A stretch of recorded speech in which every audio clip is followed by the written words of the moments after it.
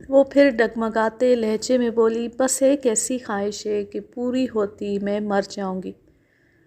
ماں بیٹے نے چونک کر اسے دیکھا۔ ہمایوں نے پوچھا، ایسی کیا خواہش ہے کہ جس کی تکمیل پر تم مر جاؤ گی؟ اس کا سر ایسے جھکا ہوا تھا جیسے گردن پر پہاڑ رکھ دیا گیا۔ فوراً بولو، ہمارے تجسس کو نہ بھڑکاؤ۔ وہ ایک دم سے جھک کر ماہم بیگم کے قدموں میں آ گری، خوف سے لرزتے ہوئے روتے ہوئے بولی، میں صرف ایک رات چاہتی ہوں۔ ماہم بیگم نے حیرت سے پوچھا، ایک رات؟ وہ سر جھکائے دونوں ہاتھ جوڑ کر بولی، صاحب عالم کے ساتھ۔ ماں بیٹے نے چونک کر ایک دوسرے کو دیکھا۔ اس نے اپنی اوقات سے بڑی خواہش ظاہر کی تھی۔ ماہم بیگم نے اسے غصے سے دیکھتے ہوئے ایک زور کی ٹھوکر ماری۔ وہ پیچھے کی طرف الٹ گئی۔ بدبخت، 2 کوڑی کی خادمہ، محل میں پاؤں رکھنے کا موقع ملا ہے تو اپنی اوقات بھول گئی ہے۔ اس نے پھر اسے ٹھوکر ماری۔ ہمایوں نے ہاتھ اٹھا کر کہا، آقم مادر، آپ کو ہماری جان کی قسم، رک جائیں۔ وہ پیچھے ہٹ کر بولی، اسے سزا ملنی چاہیے۔ یہ تمہیں پانے کی بات کر رہی ہے، ہم اسے خونخوار کتوں کے آگے ڈال دیں گے۔ وہ پلنگ سے اتر کر کھڑا ہو گیا، عاجزی سے بولا، اب ٹھنڈے دل سے غور فرمائیں، اس نے اپنا مدعا بیان نہیں کیا تھا، ہم نے اس کی خواہش پوچھی تھی، یہ بولنے سے کترا رہی تھی، اتنی بڑی بات زبان پر لانے کا حوصلہ نہیں کر پا رہی تھی، ہم نے ہی اسے بولنے پر مجبور کیا تھا۔ ماہم بیگم پیچھے ہٹ کر اسے سوچتی ہوئی نظروں سے دیکھنے لگی۔ ہمایوں نے کہا، ہماری دنیا میں کتنے ہی کمزور ہیں جو ہماری طرح شہزور بننا چاہتے ہیں، کتنے ہی غریب ہیں جو بادشاہ بننے کے خواب دیکھتے رہتے ہیں، لیکن ہمارے سامنے منہ نہیں کھول سکتے۔ اگر ہم انہیں بولنے کی اجازت دیں تو وہ اسی طرح بولیں گے جس طرح ابھی اس لڑکی نے بولنے کی جرأت کی ہے۔ یہ غلطی ہم نے نہیں، تم نے کی ہے، تم نے ہی اس کی خواہش پوچھی تھی۔ بے شک ہم نے غلطی کی، آپ ہمیں سزا دیں، اس وفادار لڑکی سے بدظن نہ ہو۔ ماں نے بیٹے کو ٹٹولتی ہوئی نظروں سے دیکھا، پھر پوچھا، سچ بتاؤ، تمہارے دل میں کیا ہے؟ یہ ہم مغلوں کی روایت رہی ہے کہ جب وعدہ کرتے ہیں تو زبان سے پھرتے نہیں۔ ہم ماں بیٹے یہ فیصلہ بعد میں کریں گے کہ کس طرح اپنے وعدے کا بھرم رکھا جائے، فی الحال اس کی دلجوئی لازمی ہے۔ ہم مانتے ہیں اسے تمہاری جان عزیز ہے، یہ ہر حال میں تمہاری سلامتی چاہتی ہے، تمہاری بہترین محافظ اور نگران بن کر یہاں رہ سکتی ہے۔ وہ فرش پر سے اٹھ کر کھڑی ہو گئی، ہاتھ بندھے ہوئے تھے، سر جھکا ہوا تھا۔ ماہم بیگم نے ایک خواجہ سرا کو طلب کیا، پھر اس سے کہا، اختری کا رتبہ بلند کیا جا رہا ہے، اسے گلفشاں میں رہائشی کمرہ دیا جائے، آج سے یہ کنیزوں کے رنگا رنگ ملبوسات میں رہا کرے گی۔ پھر اس نے اختری سے کہا، تم جا سکتی ہو۔ وہ سر جھکائے خواجہ سرا کے ساتھ وہاں سے چلی گئی۔ ماں نے بیٹے کو گہری سنجیدگی سے دیکھا، پھر کہا، ہم نے 9 ماہ تک تمہیں اپنے شکم میں رکھا، اپنا دودھ پلایا، ہم تمہیں بچپن سے ایک کتاب کی طرح پڑھتے اور حفظ کرتے آ رہے ہیں، مزاج کو اور تمہاری نگاہوں کو خوب سمجھتے ہیں۔ وہ بیٹے کے سامنے ادھر سے ادھر جاتے ہوئے بولی، وہ اب تک ایک بہت ہی ادنا خادمہ تھی، اگر اسے تمہاری خلوت میں بھیجا جاتا تو ہماری پیٹھ پیچھے طرح طرح کی باتیں بنائی جاتی، ہماری سبکی ہوتی، لہٰذا پہلے اس کا رتبہ بلند کیا گیا ہے، آج کے بعد وہ خادمہ نہیں، اس حرم کی کنیز کہلائے گی۔ وہ رک کر بیٹے کو دیکھتے ہوئے بولی، کچھ عرصے بعد ہم اسے اپنی خاص کنیز بنائیں گے، سمجھ رہے ہو نا، کم از کم وہ ٹاٹ کا پیوند تو نہ لگے۔ یہ کہہ کر وہ وہاں سے چلی گئی۔ اس کے جانے کے بعد بھی ہمایوں کھلے ہوئے دروازے کو دیکھتا رہا اور ماں کے بارے میں سوچتا رہا۔ وہ اس کی ایک کمزوری کو خوب سمجھتا تھا، وہ کمزوری یہ تھی کہ اسے پوتے کی شدید خواہش تھی، وہ چاہتی تھی کہ ہمایوں کی ایک ہی لیکن نرینہ اولاد ہو تاکہ بیٹے کے بعد وہ پوتے کو تخت و تاج کا وارث بنا سکے۔ ہمایوں کی ایک بیوی بیگا بیگم تھی، اس نے ایک بیٹی کو جنم دیا تھا، اس کی دوسری بیوی کا نام بی بی کوہ نور تھا۔ اس نے بھی ایک لڑکی کو جنم دیا تھا۔ ماہم بیگم نے تخت و تاج کا جانشین پوتا پیدا کرنے کے لیے بیٹے کی تیسری اور چوتھی شادی بھی کروائی تھی، لیکن ان میں سے کوئی مر گئی، کوئی بیٹیاں ہی پیدا کرتی رہ گئی۔ اب ماہم بیگم کی حالت یہ تھی کہ جہاں بھی اعلیٰ خاندان کی کوئی حسین اور صحت مند شہزادی دیکھتی تو اسے اپنے بیٹے کے لیے منتخب کر لیتی، اس خیال سے اسے بہو بنا لیتی کہ وہ بیٹا پیدا کرے گی، اگر نہیں کرے گی تو بعد میں اس کی چھٹی کر دی جائے گی۔ مغلیہ دور میں بابر سے لے کر اورنگزیب عالمگیر تک جتنے بھی بادشاہ گزرے ہیں وہ سب نماز روزے کے پابند رہے، دینی احکامات پر سختی سے عمل کرتے رہے، سوائے جلال الدین اکبر کے۔ انہوں نے عیاشیاں بھی کی، شراب و شباب میں بھی مست رہے۔